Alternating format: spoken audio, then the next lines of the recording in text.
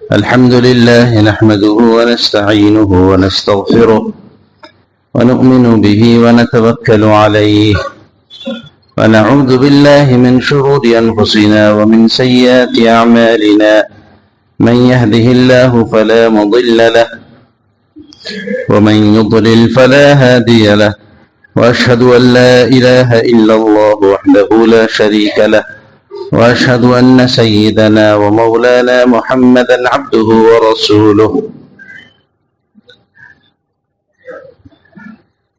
أما بعد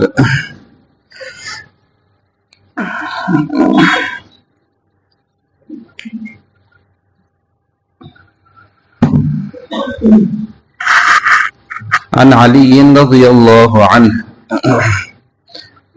السنة وضع الكف على الكف في الصلاة تحت السرة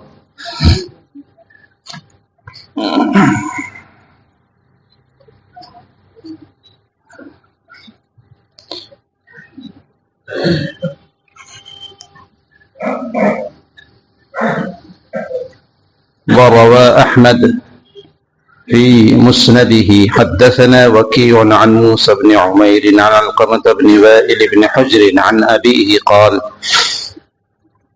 رأيت النبي صلى الله عليه وسلم وضع يمينه على شماله في الصلاة تحت السرة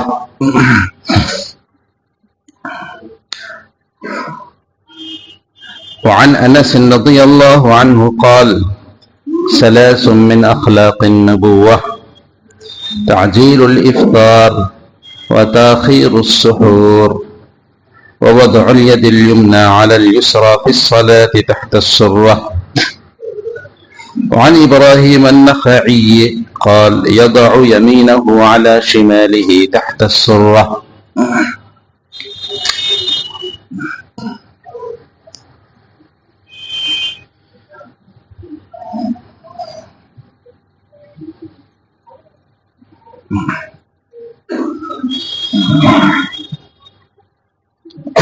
یہ چند روایات ہیں جو میں نے آپ کے سامنے ابھی پڑھی ہیں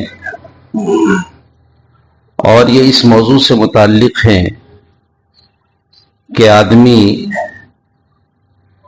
نماز پڑھتے ہوئے تکبیر تحریمہ کے وقت ہاتھوں کو اٹھاتا ہے، اٹھانے کے بعد پھر دونوں ہاتھوں کو باندھتا ہے۔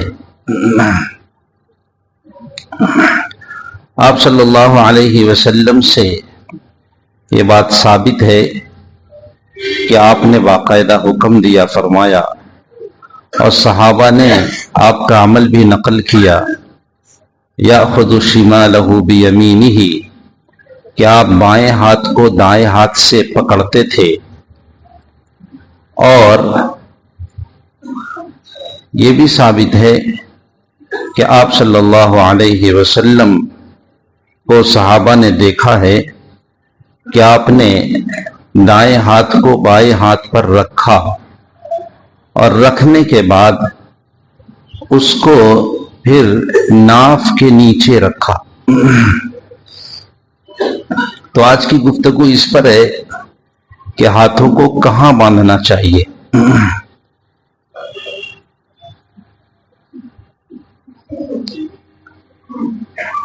چار ائمہ اور جتنی بھی علماء اب تک گزرے ہیں سب کے سب تقریباً اس بات پر متفق ہیں۔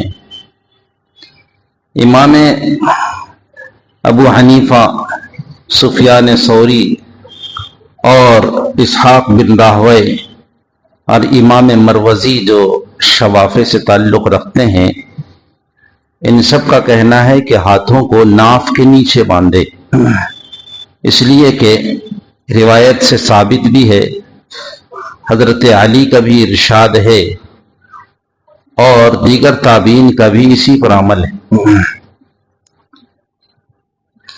شوافع میں سے اکثر حضرات یہ کہتے ہیں کہ سینے کے نیچے اور ناف کے اوپر باندھے،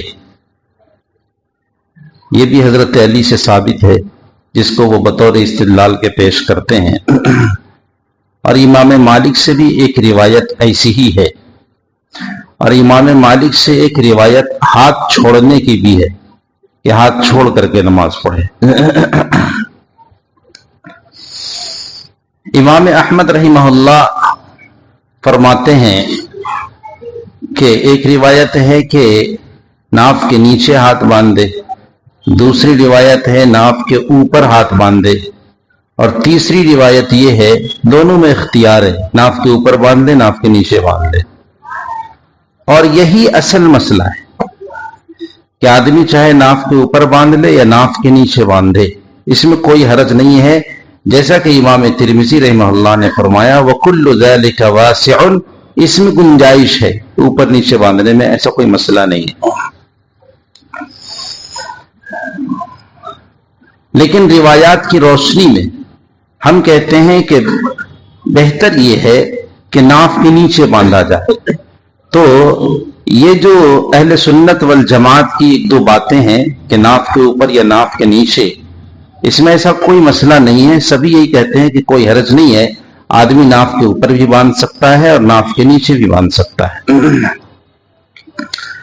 چنانچہ حضرت وائل بن حجر کی روایت ہے جو حضرت علقمہ نقل کرتے ہیں، وہ کہتے ہیں کہ میں نے رسول اللہ صلی اللہ علیہ وسلم کو دیکھا کہ آپ نے دائیں ہاتھ کو بائیں ہاتھ پر رکھا نماز میں اور اسے ناف کے نیچے رکھا۔ یہ روایت مصنف ابن ابی شیبہ کی ہے۔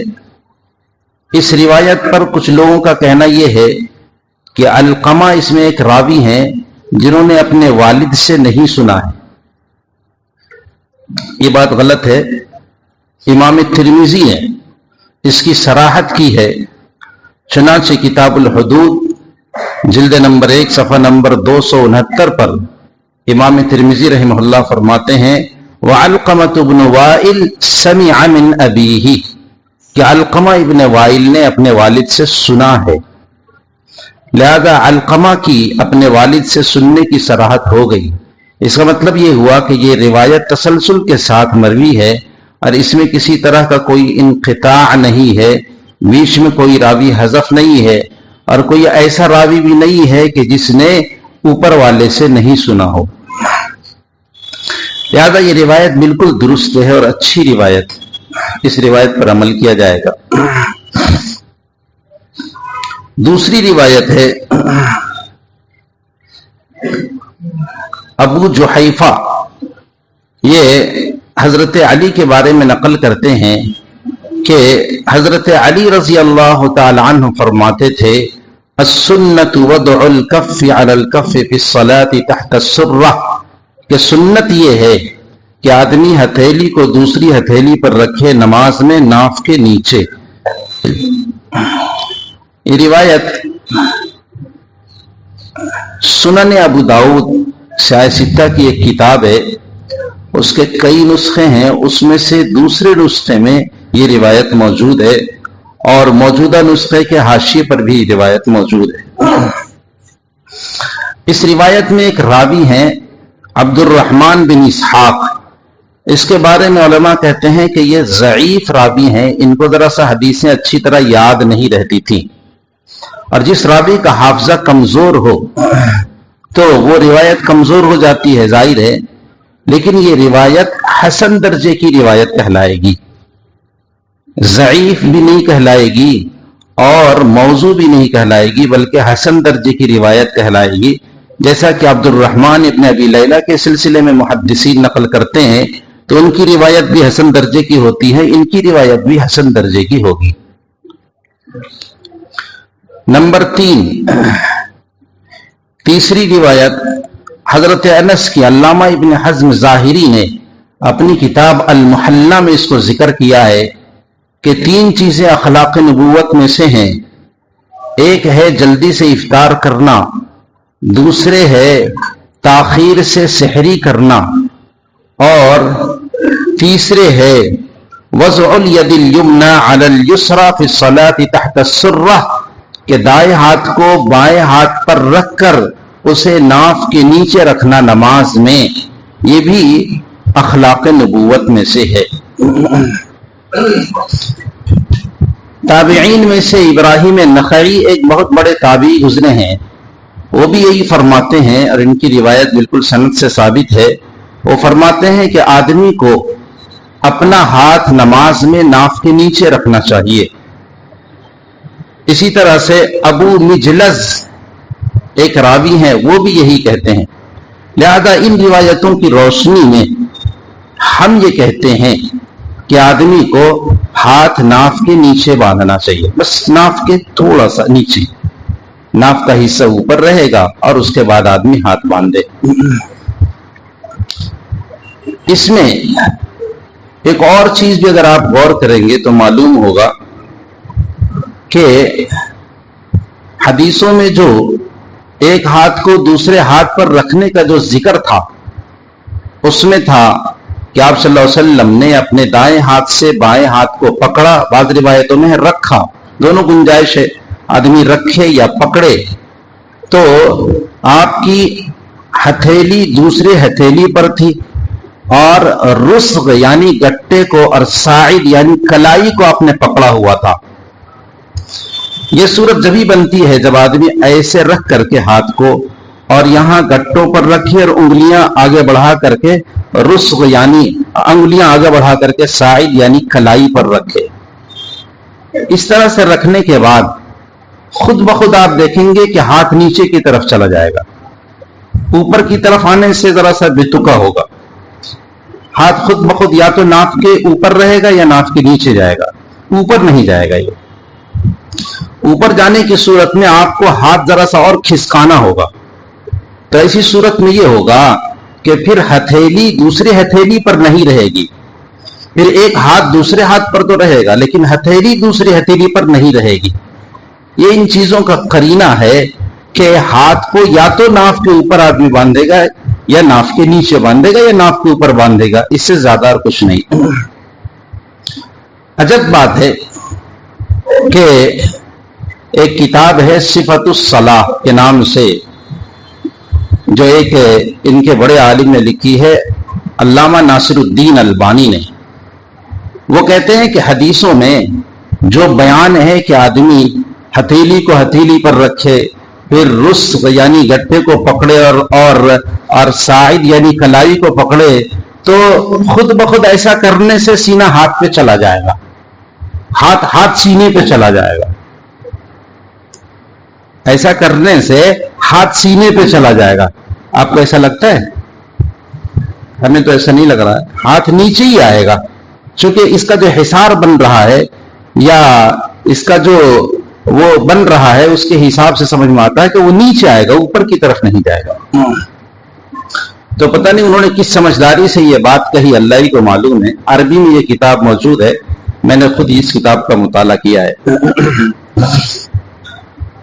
ایک اور بات آپ سمجھیں کہ اصل میں یہ ہاتھوں کا باندھنا تعظیماً ہے۔ آدمی کسی بڑے کے سامنے کھڑا ہو جائے یوں ہاتھ چھوڑ کر کے تو لگے گا جیسے کہ متکبر قسم کا آدمی ہے، تو ہاتھوں کا باندھنا تعظیماً ہے کہ آدمی ادب سے کھڑا ہوا ہے۔ اور آپ فطری طور پر بھی غور کریں کہ جب آدمی کسی بڑے کے سامنے کھڑا ہوتا ہے تو یوں ہاتھ رکھ کے کھڑا ہو جاتا ہے، ایسا ہاتھ رکھ کر کے کھڑا نہیں ہوتا، بلکہ ہاتھ نیچے کر کے ایسا پکڑ کر کے کھڑا ہو جاتا ہے۔ فطری طور پر آدمی کی فطرت بھی یہی ہے۔ اس سے بھی سمجھ میں آتا ہے کہ فطرت یہی ہے کہ آدمی ناف کے نیچے ہاتھ باندھ لے یا اسی کے آس پاس باندھ لے، اس سے زیادہ اور کوئی بات نہیں ہے۔ حاصل یہ نکلا۔ اچھا، ایک اور چیز ہے، حضرت علی رضی اللہ تعالیٰ عنہ سے ایک اور صاحب ہیں جو روایت کرتے ہیں، ابن جریر ضبی، وہ اپنے والد سے یعنی جریر ضبی سے نقل کرتے ہیں کہ میں نے حضرت علی کو دیکھا کہ آپ نے دائیں ہاتھ سے بائیں ہاتھ کو پکڑا ہے، علی الرسغی کلائی کو، اور فوق السرہ ناف کے اوپر۔ تو میں نے بتایا آپ کو کہ ناف کے اوپر یا ناف کے نیچے وہ کوئی زیادہ مسئلہ نہیں، وہ بالکل برابر ہے۔ دیکھنے والا سمجھے گا نہیں کہ ناف کے نیچے یا ناف کے اوپر ہے یا ناف پر رکھا ہوا ہے، اور اس کی گنجائش ہے سب کے یہاں، کوئی مسئلہ نہیں۔ لہذا اس روایت میں تطبیق دی جائے گی اور یہ کہا جائے گا کہ دونوں روایت میں کوئی ٹکراؤ نہیں ہے. حضرت علی سے جن لوگوں نے جو دیکھا ہے دونوں باتیں صحیح ہے, اس میں کوئی حرج نہیں ہے. یہاں تک آپ کی بات ثابت ہوئی کہ آپ جس چیز پر عمل کر رہے ہیں وہ بالکل صحیح ہے اور روایت سے ثابت ہے, اور تمام ائمہ اس بات پر متفق ہیں. اور یہ روایت یہ بات کہ آدمی کو یا تو فوق السرہ یا تحت السرہ ہاتھ باندھنا چاہیے, ناف کے اوپر یا ناف کے نیچے, اس میں تمام علماء متفق ہیں. اور سینے پر ہاتھ رکھنے کے سلسلے میں اس وقت تک کوئی بھی قائل نہیں تھا. اور اسی وجہ سے امام ترمذی رحمہ اللہ نے دو باتیں تو ذکر کی, تیسری بات ذکر نہیں کی کہ آدمی کو چاہیے کہ سینے پر بھی ہاتھ باندھ لے, اس میں بھی گنجائش ہے, یہ بات نہیں کہی. اس سے معلوم ہوا کہ سینے پر ہاتھ باندھنے کی جو روایت ہے وہ روایت محدثین کے یہاں اور فقہا کے یہاں ثابت نہیں ہے. اگر ثابت ہوتی یہ روایت اور اس کو مناسب سمجھتے, صحیح سمجھتے, تو ضرور کسی نہ کسی فقیہ کا قول ہونا چاہیے. چونکہ اس پر کوئی کسی کا عمل بھی نہیں ہے اور اس کا کوئی کسی کا قول بھی نہیں ہے, تو معلوم ہوا کہ ان کے یہاں یہ روایت ثابت ہی نہیں تھی. اب ہم وہ روایت ذکر کرتے ہیں کہ جس روایت سے سمجھ میں آتا ہے کہ آدمی کو سینے پر ہاتھ باندھنا چاہیے. ایک روایت ہے, اصل بنیاد یہی ہے, جس کو بنیاد بنا کر کے یہ حضرات سینے پر ہاتھ باندھتے ہیں, اس روایت کو ذرا سا آپ غور سے سنیں اور سمجھنے کی کوشش کریں. یہ روایت ایک کتاب ہے صحیح ابن خزیمہ, علامہ ابن خزیمہ کی کتاب ہے, حدیث کی کتاب ہے, اس میں یہ روایت موجود ہے. اس روایت کے الفاظ میں پڑھتا ہوں, آپ کو سمجھ میں آئے گا. عن مؤمل ابن اسماعیل عن الثوری عن عاصم ابن کلیب عن ابیہ عن وائل ابن حجر, یہاں تک یہ سند ہو گئی. اس کے بعد حدیث ہے صلیت, اور علامہ ناصر الدین البانی کی کتاب میں ہے رأیت النبی. خیر ایک ہی بات ہے کہ میں نبی صلی اللہ علیہ وسلم کے ساتھ میں نے نماز پڑھی یا میں نے نبی صلی اللہ علیہ وسلم کو دیکھا. رأیت رسول اللہ صلی اللہ علیہ وسلم فوضع يده اليمنى على يده اليسرى على صدره, کہ میں نے آپ صلی اللہ علیہ وسلم کے ساتھ نماز پڑھی یا میں نے آپ کو دیکھا ہے کہ آپ نے دائیں ہاتھ کو بائیں ہاتھ پر رکھا ہے نماز میں, علی صدرہ, سینے پر. یہ صاف لفظ ہے کہ سینے پر ہاتھ رکھا ہے. اس روایت کو نقل کرنے کے بعد علامہ ناصر الدین البانی جو ان کے بڑے عالم ہیں وہ فرماتے ہیں ھذا الذی ثبت عنہ علیہ السلام ولم یثبت غیرہ, یہی بات نبی سے ثابت ہے, یعنی سینے پر ہی ہاتھ باندھنا چاہیے, اس کے علاوہ نبی سے ثابت ہی نہیں ہے. کیسی صریح بات ہے, سیدھا کہتے ہیں کہ یہی ثابت ہے, اس کے علاوہ ثابت ہی نہیں ہے. کیسی عجیب بات. انہوں نے اپنی کتاب کے حاشیہ نمبر 215 پر یہ بات لکھی ہے. پھر خود ہی کہتے ہیں اخرجہ البیہقی بسند آخر, کہ امام احمد کے علاوہ امام بیہقی نے بھی اس کو دوسری سند سے نقل کی ہے, اور وسندہ ضعیف, ان کی وہ سند ضعیف ہے. اور اس کے بارے میں جو یہاں پہ راوی مذکور ہے کہتے ہیں کہ مؤمل بن اسماعیل متکلم فیہ لسوء حفظہ, کہ اس روایت کا راوی جو مؤمل بن اسماعیل ہے یہ متکلم فی راوی ہے, یعنی محدثین نے اس پر کلام کیا ہے اور اس کا حافظہ ذرا بہت اچھا نہیں تھا. تو کیسے ثابت ہو گئی یہ روایت بھائی؟ اب اس روایت کو آپ کو اچھی طرح سمجھنا ہے. یہ روایت محدثین نے الگ الگ کتابوں میں اس کو نقل کیا ہے. امام احمد نے مسند احمد میں نقل کیا ہے, امام نسائی نے, امام ابو داود نے, ابن ماجہ نے, مسند ابی داود الطیالسی نے, اور اسی طریقے سے صحیح ابن حبان ہے. اور صحیح ابن خزیمہ، یہ حدیث کی کئی کتابیں ہیں، ان کتابوں میں یہ روایت موجود ہے۔ اب ہوا کیا ہے کہ اس روایت میں، آپ سو تو نہیں رہے؟ ارے بھائی سو رہے ہیں کیا؟ نہیں سو رہے، اچھی طرح سے سنیے۔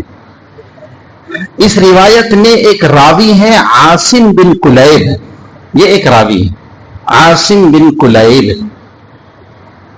سب کا سلسلہ یہیں آ کر کے رکتا ہے۔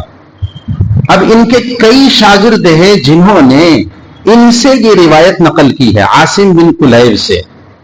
ان سے نقل کرنے والے سفیان ثوری ہیں، زائدہ ہیں، بشر ابن المفضل ہیں، عبداللہ ابن ادریس ہیں، عبد الواحد ہیں، زہیر بن معاویہ ہیں، شعبہ ہیں۔ اسی طریقے سے ابن فضیل ہیں، یہ کئی راوی ہیں۔ تقریباً یہ میں نے 5 3 8 راوی کا ذکر کیا، اور ایک مؤمل بن اسماعیل ہیں تو گویا 9 ہو گئے۔ تو عاصم بن کلیب ایک بڑے محدث ہیں، بڑے عالم ہیں، ان سے نقل کرنے والے یہ 9 شاگرد ہیں، اور مختلف حدیث کی کتابوں میں یہ روایت موجود ہے۔ 9 میں سے صرف ایک مؤمل بن اسماعیل یہ اس لفظ کا اضافہ کرتے ہیں اور کہتے ہیں علی صدرہ، کہ سینے پر رکھا۔ بقیہ ان کے 8 شاگرد اس لفظ کا ذکر نہیں کرتے۔ 8 شاگرد جو ان کے ہیں اس لفظ کا ذکر نہیں کرتے، اس لفظ کو ذکر نہیں کرتے، بس خالی یہی کہتے ہیں کہ اللہ کے نبی صلی اللہ علیہ وسلم نے وضع یدہ الیمنی علی یدہ الیسری، کہ دائیں ہاتھ کو بائیں ہاتھ پر رکھا، بس۔ علی صدرہ کا اضافہ ان کے 8 شاگرد نہیں نقل کرتے ہیں، صرف یہی ایک مؤمل بن اسماعیل ہیں جو اس کو نقل کرتے ہیں۔ پھر اور مزے کی بات دیکھیے کہ صحیح ابن خزیمہ جس میں یہ روایت موجود ہے، دوسری جگہ جب صحیح ابن خزیمہ والے اس کو نقل کرتے ہیں تو سند ذرا سا بدل گئی ہے۔ ابن فضیل سے جب انہوں نے نقل کیا ہے تو اس میں بھی انہوں نے علی صدرہ کے لفظ کا ذکر نہیں کیا۔ اسی طریقے سے ابن ادریس سے جب انہوں نے نقل کیا تب بھی علی صدرہ کا لفظ ذکر نہیں کیا۔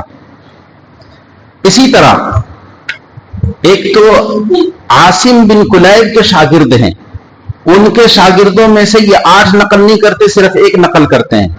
اس روایت کو ایک اور دوسری سند سے بھی مسند ابو داؤد الطیالسی میں اور صحیح ابن حبان میں ذکر کیا گیا ہے۔ شعبہ عن سلمہ ابن کہیل عن حجر ابن علقمۃ عن وائل، یہ جو سند ہے اس سند میں بھی اس کا ذکر نہیں ہے، یعنی علی صدرہ کا ذکر نہیں ہے۔ معلوم ہوا کہ حدیث کی یہ جو کتابیں ہیں ان کتابوں میں صرف اور صرف صحیح ابن خزیمہ میں یہ روایت ہے، اور وہ بھی عاصم بن کلیب کے کئی شاگردوں میں سے صرف یہ نقل کرتے ہیں۔ اسی سند سے دوسری کتابوں میں جب یہ حدیث موجود ہے اس میں یہ لفظ نہیں ہے، دوسری سند سے بھی یہ حدیث مذکور ہے اس میں بھی یہ لفظ نہیں ہے۔ معلوم ہوا کہ مؤمل بن اسماعیل نے اس لفظ کا اضافہ کیا ہے۔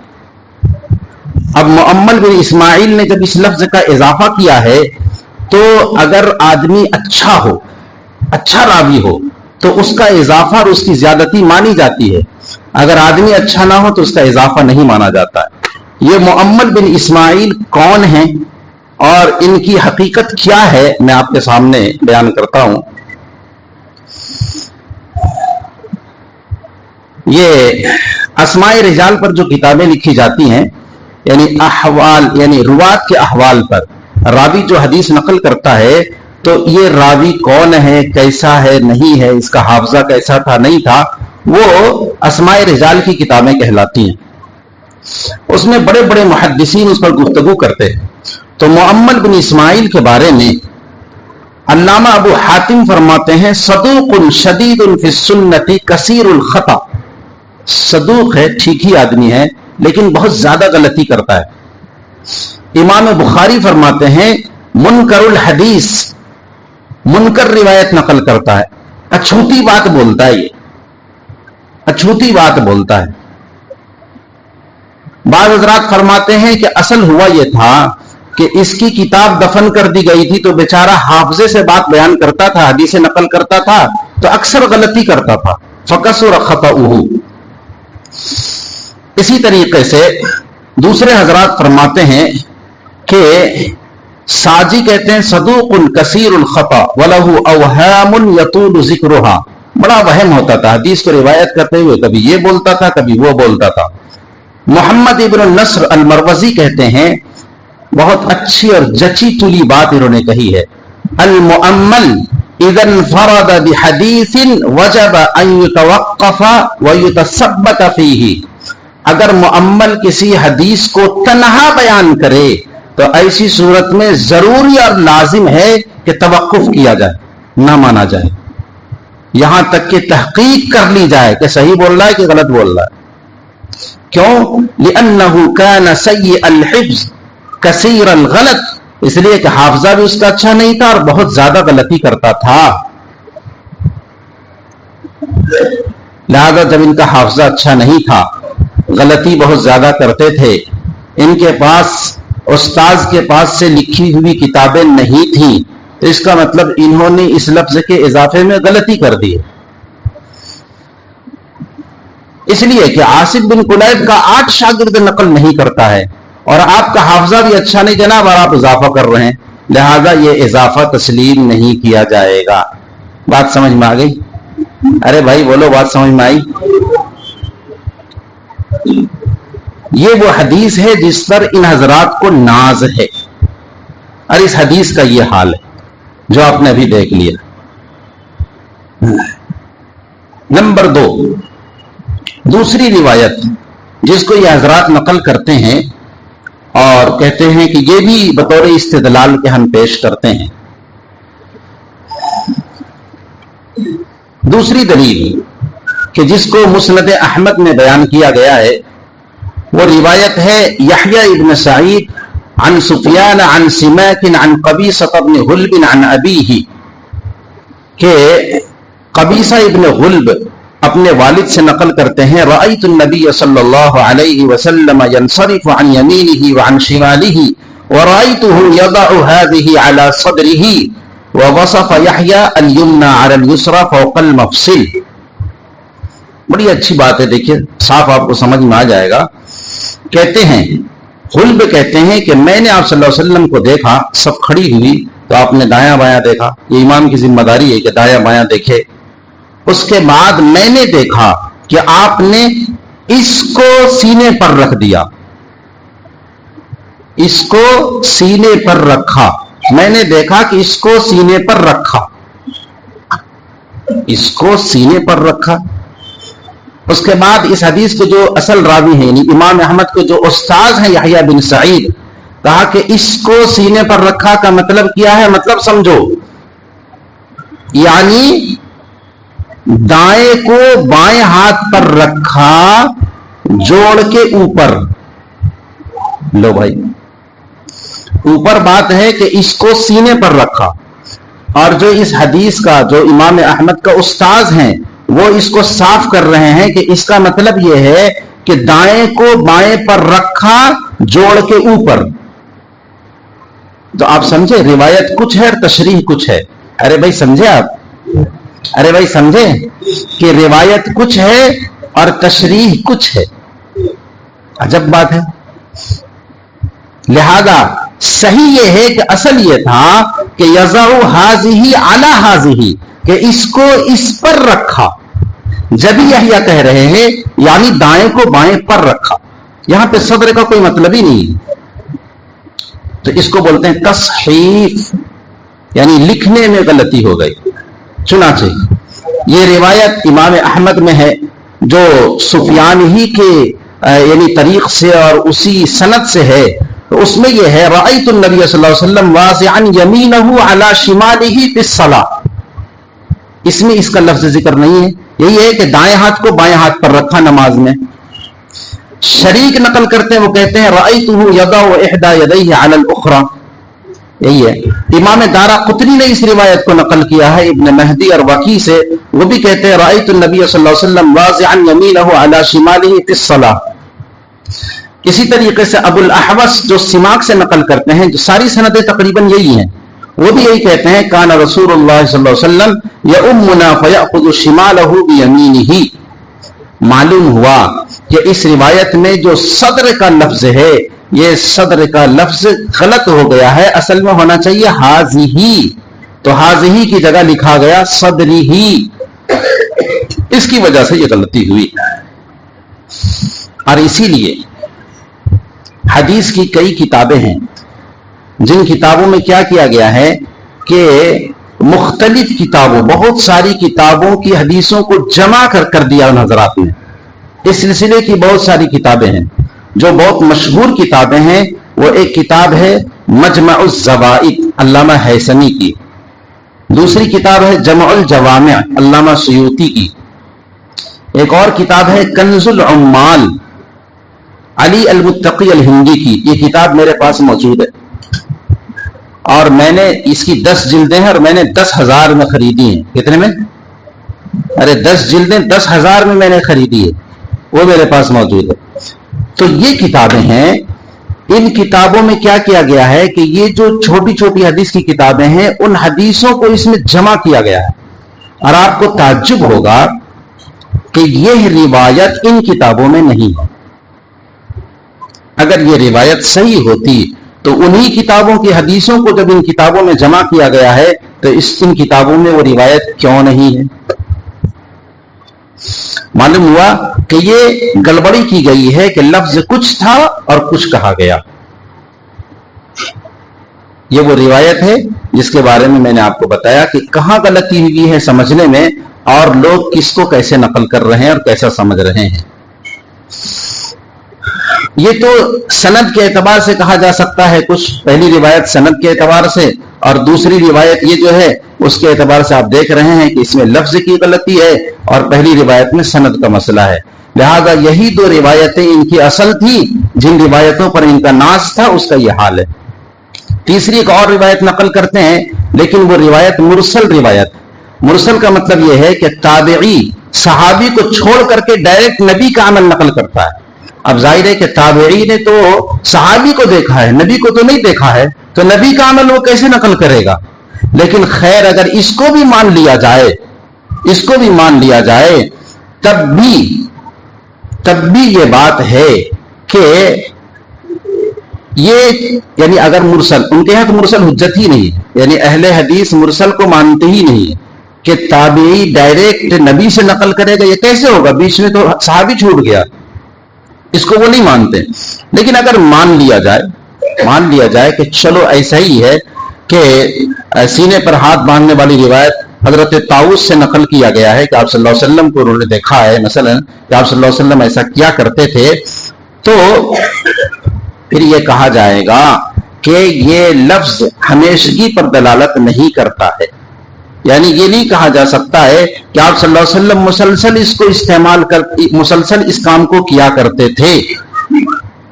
اور ظاہر بات ہے کہ جب آپ کے یہاں یہ روایت حجت ہی نہیں ہے تو اس سے استدلال کرنا بھی آپ کا صحیح نہیں ہوا، لہذا یہ روایت قابل استدلال ہی نہیں ہے، اور جب یہ قابل استدلال نہیں ہے تو آپ اس کو ہمارے خلاف حجت کے طور پر پیش نہیں کر سکتے۔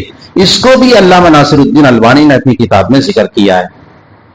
تو یہ 3 روایتیں ہیں، اور ایک اور روایت ہے جس کو فصلی لربک وانحر کے ذیل میں ابن عباس کا اور حضرت علی کے بارے میں نقل کیا ہے، جس کو علامہ ابن کثیر نے صاف کہہ دیا لا یصح عن علی، کہ حضرت علی سے اس طرح کی بات ثابت نہیں۔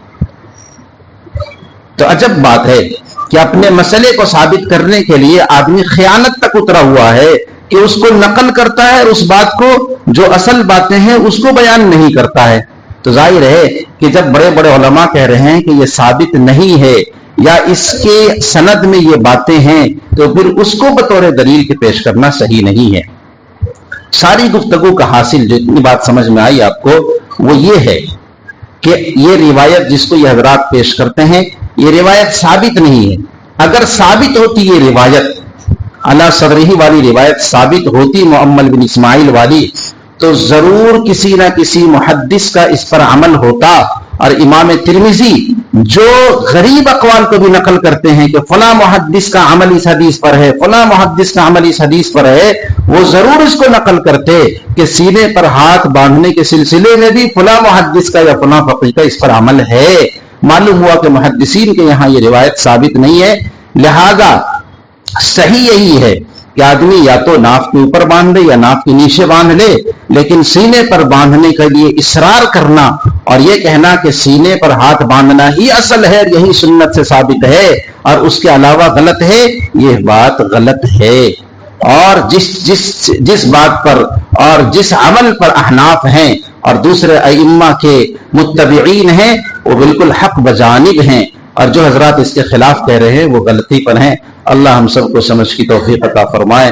وآخر دعوانا الحمد للہ رب العالمین۔